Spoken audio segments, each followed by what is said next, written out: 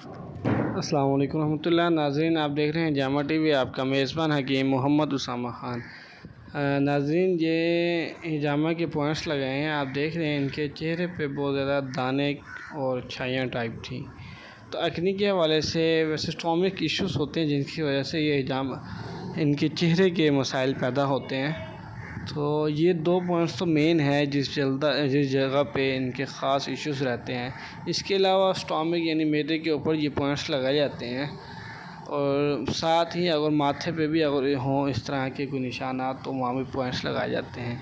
तो हिजामे के ज़रिए ये एक्ने के हवाले से किस तरह फ़ायदा होता है, ये जो जिल्द के नीचे एक्स्ट्रा रुका हुआ टॉक्सिन जो होता है, डीऑक्सीनेटेड जो ब्लड होता है, वो हिजामे के ज़रिए हल्के हल्के कट्स लगाकर बॉडी से ख़ारिज कर दिए जाते हैं, यानी बॉडी से निकाल दिए जाते हैं, उस एरिया उस जगह से निकाल दिए जाते हैं, जिसके बाद नीचे फ्रेश ब्लड आ जाता है और इसी तरह ब्लड सर्कुलेशन भी बेहतर हो जाती है और छाइयाँ और दाने वगैरह अल्लाह के हुक्म से बिल्कुल ख़त्म हो जाते हैं। हिजामा कराएँ, सेहत पाएँ।